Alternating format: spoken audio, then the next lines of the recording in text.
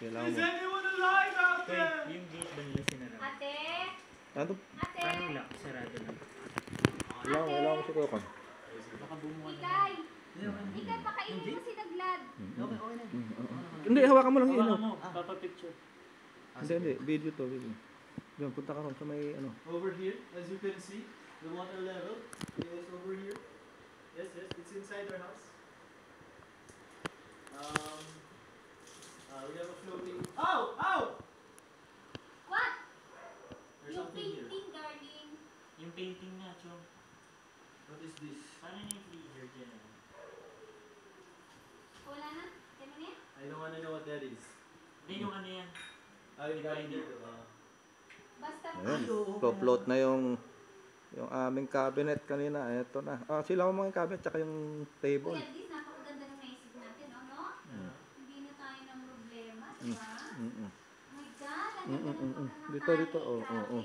Solid. Wow, ito na ang aming living room. Ito yung painting ni Pinggot. Nababasa na. Ano yun? Lapit. Ilang mga guys. Tim. Ah, sige. Shit. Putang ina. Basta hindi pa Ay, sila sorry. gumawa.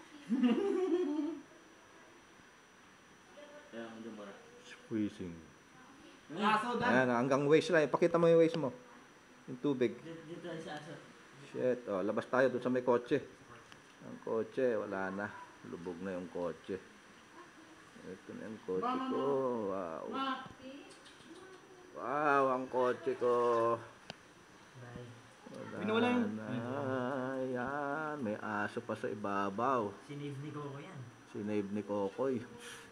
Mama. Shit, man. Kailangan natin siyang iakyat pag ano hindi masyado mataas ang water. Hindi na natin paano. Ha? Naku, mukhang daday pa. Amoy gasolina na. Malabas na mga gasolina ng kotse. Ay, Dad, pasok tayong kotse. Pasok tayong kotse. Huwag na buksan. Kaawa eh.